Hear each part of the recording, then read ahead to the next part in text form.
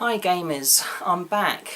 I think I've got some royalties on that saying, I think. Well anyway, I'm here to do another pickups video. Before I start off with pickups, which aren't that many I must admit, if you saw my last pickup video you realise I've done well over Christmas and spent quite a lot of money, so I only had a bit of cash left over and a few things I'd ordered which I was waiting to get in the post, which now have arrived. So I've got a few pickups to show you, but before I do the pickups I wanted to talk a little bit about game collecting and give you some tips from my point of view on what you need to do to help know what games to buy and which games not to buy. And that's hard. I currently have about a collection of about over 4,000, well just under 4,000 games, which I've been collecting for I think since about 1996, I think, something like that, but a long time anyway. And so I've been collecting many games, some of which aren't very good and some are very good and some are more valuable than others. But it's not about what the value of the games, it's about whether or not you actually like games. And any game I pick up is one which I would potentially want to play or to complete a particular collection. So for example, Legend of Zelda, even though the vast majority of the games are good, there are some games on the CDI which are absolutely terrible. And so expensive games which I showed in previous videos, so I've got no intention of playing those, but most games I buy I intend to collect. And if it's a cheap game I'm going to take a chance on it, particularly if I've not heard of it before. But I think the key thing is to do a bit of research and know what games to look out for, what games to buy, and how much to pay. You want to know if you're getting a good deal on the game or if it's cheaper to buy elsewhere. And my tip is to, unless it's a particularly exceptionally rare game, is to also consider what condition the game's in. I always get complete games with manuals wherever possible. There's a few exceptions to that, and there's one which I will make a reference to today. But most of the time I try to get the complete games, and often the value of a complete game is the same as it is if it's incomplete, so you might as well just hold on and wait until you see see it another time. Now going back into knowing what games to collect. Obviously if you played a lot of games as a child you might have memories of particular games that you were fond of and you want to buy those games, which is great.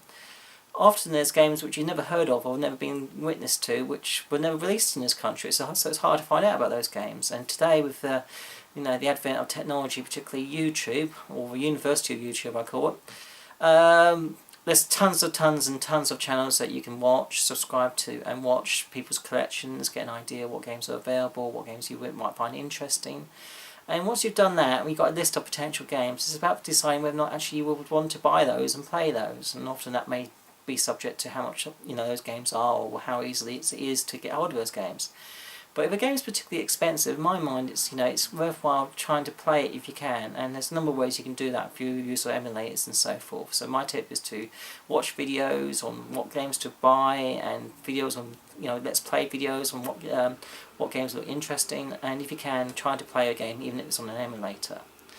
I'll talk more about that in a minute, but before I do I wanted to go back into talking about the history of video games. And during my research over the years I've discovered that the first home video console for many of you would be, depending on your age, if it's like me, it would be the Atari 2600, but that wasn't the first machine by any means.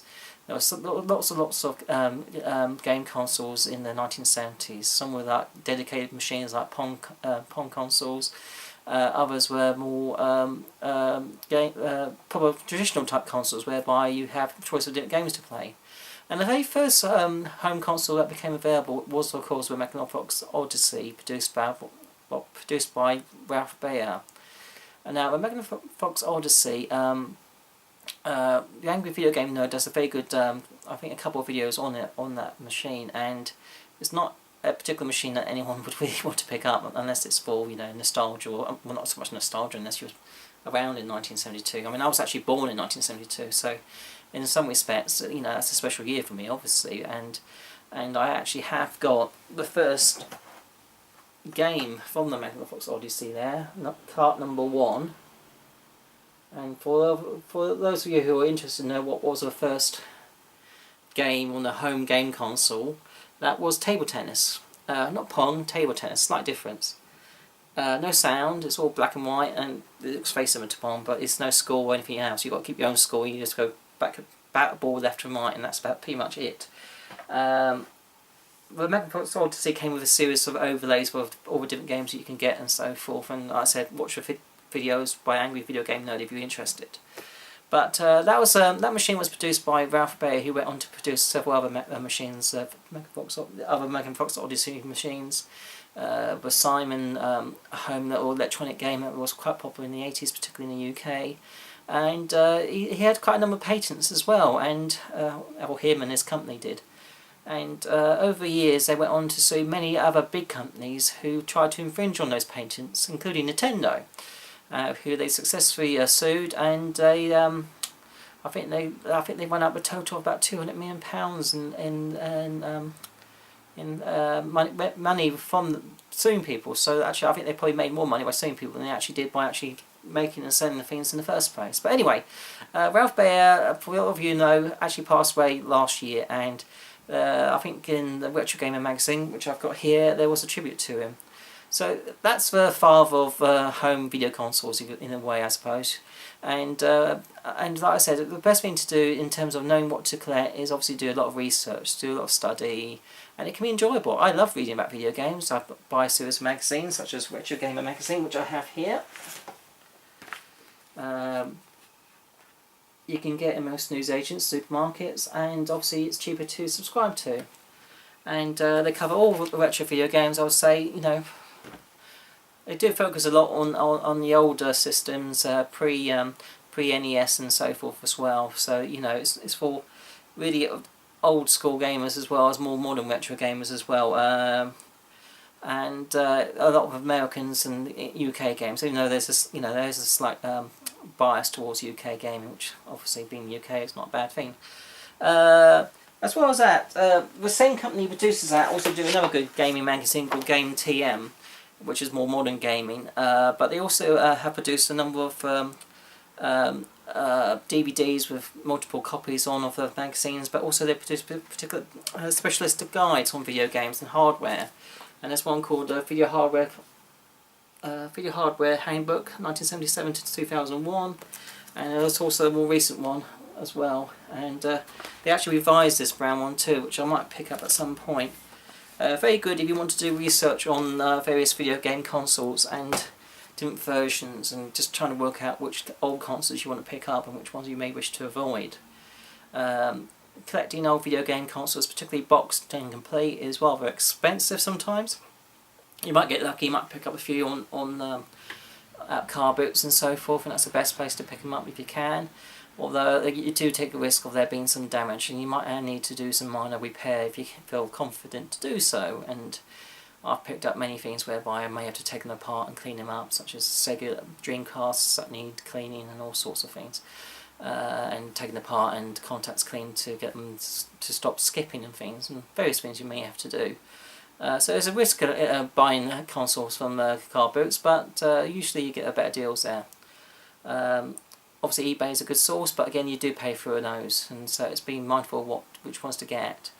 You can always get a clone console, and I think being a retro video game console, I like to have both the original hardware as well as the clone consoles, which I tend to play more regularly. I recently picked up, I say recently, it was probably about, I got it on import from the States, although it was released just before Christmas in the UK, the Retron 5, and lots of people have done videos on Retron 5, so I won't want to talk too much about that other than to say it is a good emulator machine. It plays your cartridges with ease, and I like it. Even the controller I've got used to, and I quite like, especially the save state function. With some of the games you need to have multiple save states and so forth, and to get you pass through difficult stages without having to resort to cheating. And so to be able to save your state just at a critical moment or just after you've done something difficult is brilliant in my mind, and it takes the frustration out of retro gaming. It really does take it out, and that's what traditionally put me off some of the older, harder games, is that they're short games, but they made them so difficult. Ghouls and Goblins is a classic example of a relatively short game that was made exceptionally difficult just to give people the value out of the game. But I don't find frustrating games that fun, to be perfectly honest. I don't mind challenging games. If it takes me 2 or 3 times to achieve a particular task, great. But as long as I can achieve it and within a few minutes as opposed to spending hours trying to get through a final stage to then subsequently die and restart again. I just find that completely mad. So using a Retron 5 for things like that is fantastic, and you know, if you just want to get a one console that does most of the old retro gaming, even though it's an emulator machine, you can't do much. You can't go far wrong than the Retron 5. So you know, I do recommend people getting one.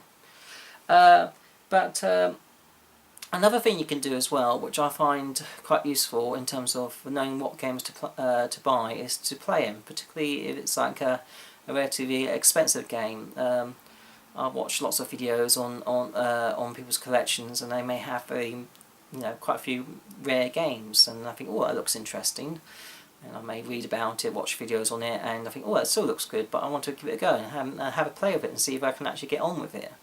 And the best way of doing that, obviously, is if you can't borrow a copy of a game, is to play emulators, which true isn't a perfect replication of the actual game, and people say, well, it's not quite the same. And true, it's not quite the same, but it's the next best thing you can do, really. And I found by playing emulators, I've actually managed to discount a number of games, you know, save me having to spend a lot of money buying them, because I think, actually, I don't think it's that great.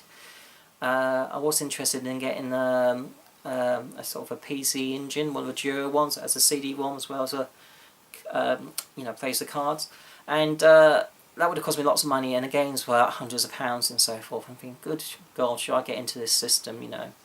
And to be honest, once I played some of the games on emulators, I realised actually they're nice, but I don't think really, unless I don't think it's really worth the money. I'd rather spend the money on lots of other games and other consoles myself, really. And so I can play those games on my emulator. And the easiest way I find to play games on emulators, obviously you can do it on a PC or in my case a Mac, which sometimes is a bit more difficult. But I've actually got a gaming tablet.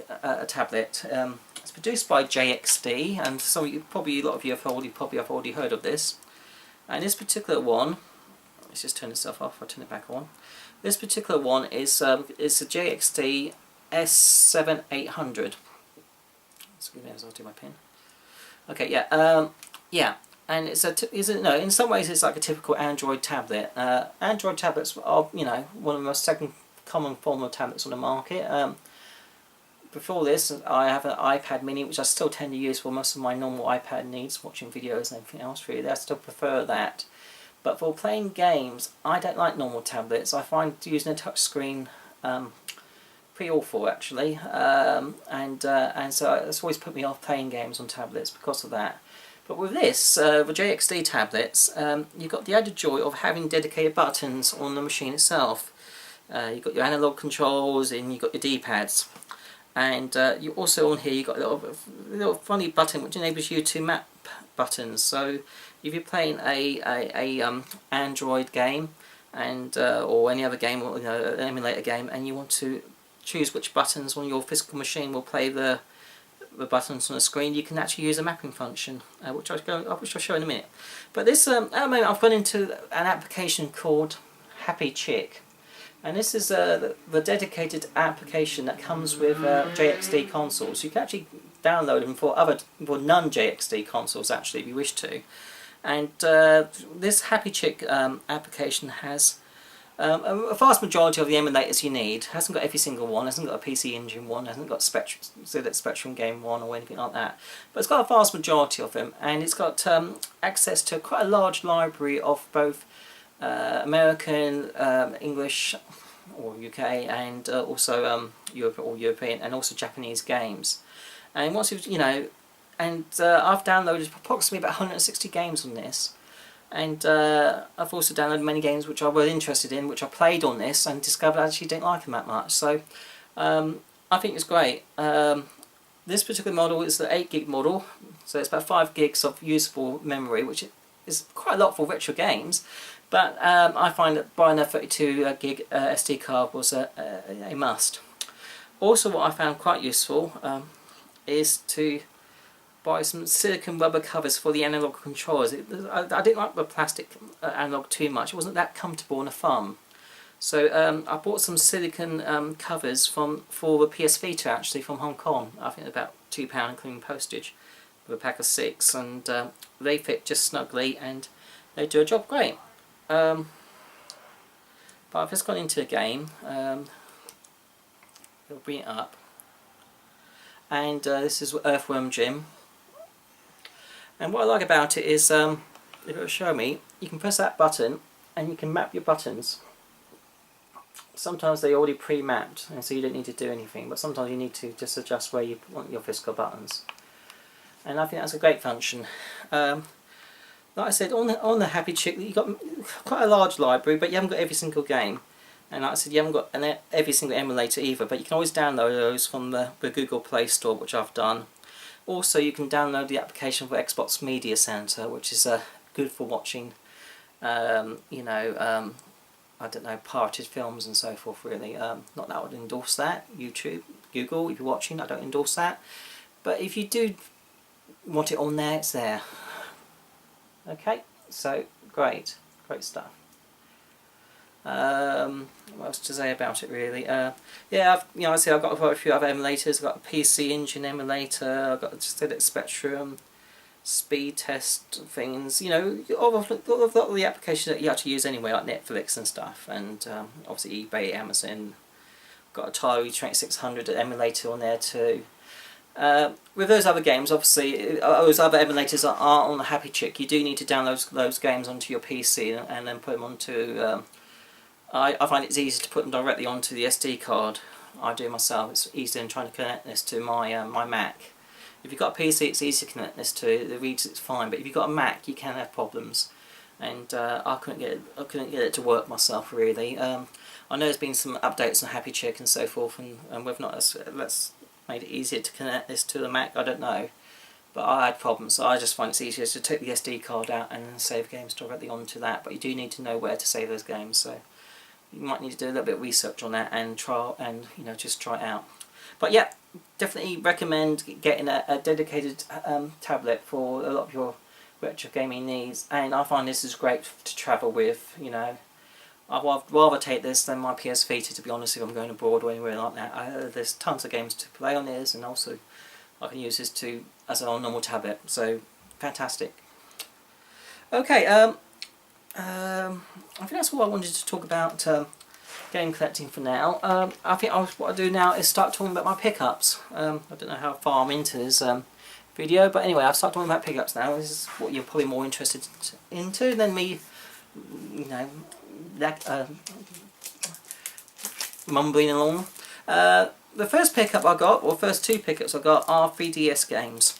And this is one I bought brand new in the January sales, and that's Professor Layton and the Miracle Mask. That was only $6.95, so I thought that was quite a good price really for a new and sealed game. Also I picked up Pokemon Mystery Dungeon, JXD Infinity. That's boxed and complete. It was second hand, it was about £20, so it was a bit more. But obviously the Pokemon Mystery Dungeon games and so forth do keep their money, and you know, quite good demand, so I'm happy to pay that for that.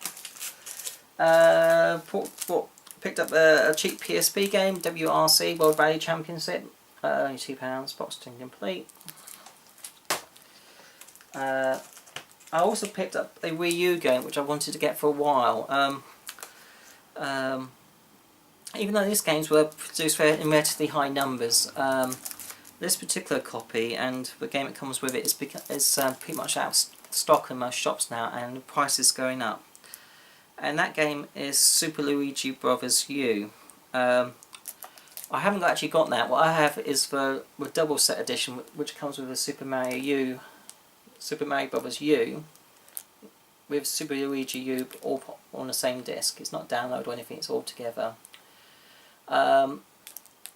This game came bundled with a system originally, but I bought it as it is, boxed and complete, for about £30, and that is much cheaper actually than trying to get Super Luigi U by itself now.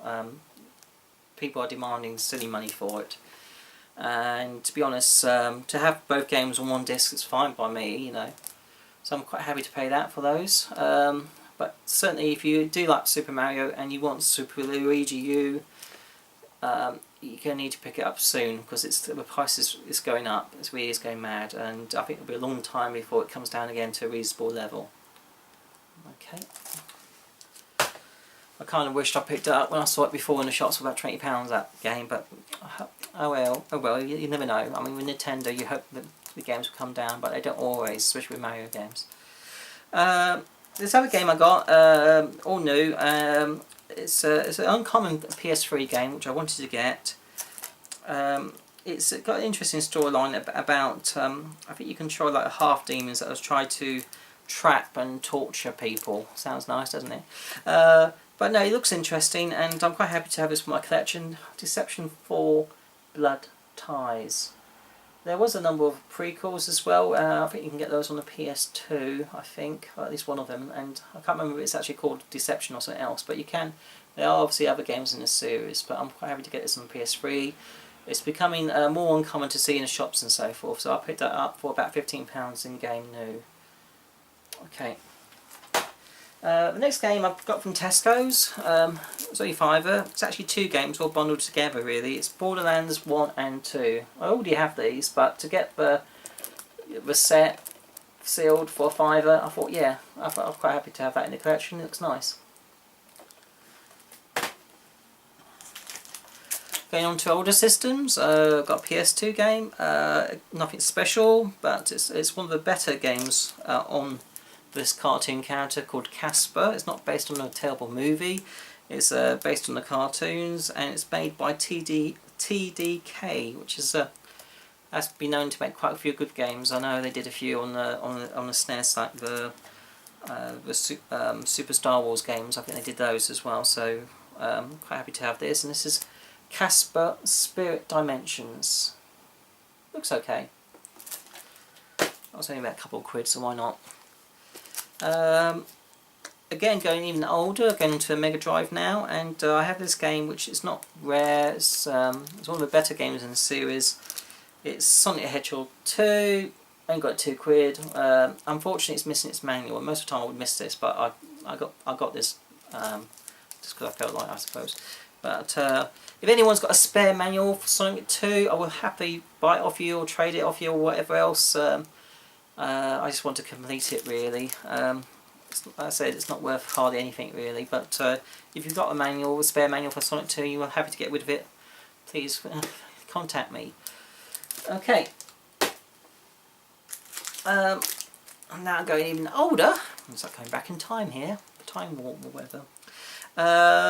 Is a NES game. It's a US NES game. I don't think it was released in the UK, but I'm quite happy to have it, a US copy. I have this on PS2, a more updated version of the game, and it's a good role-playing game. And obviously, I could always play an emulated copy of this, but me being the collector, I have to have a physical copy as well. And that's with Bard's Tale, boxed and complete. Needed cleaning up a little bit, but I think that's about £18 including postage, and I think for a relatively good condition NES game, I thought that was good value really. Boxed and complete with manual.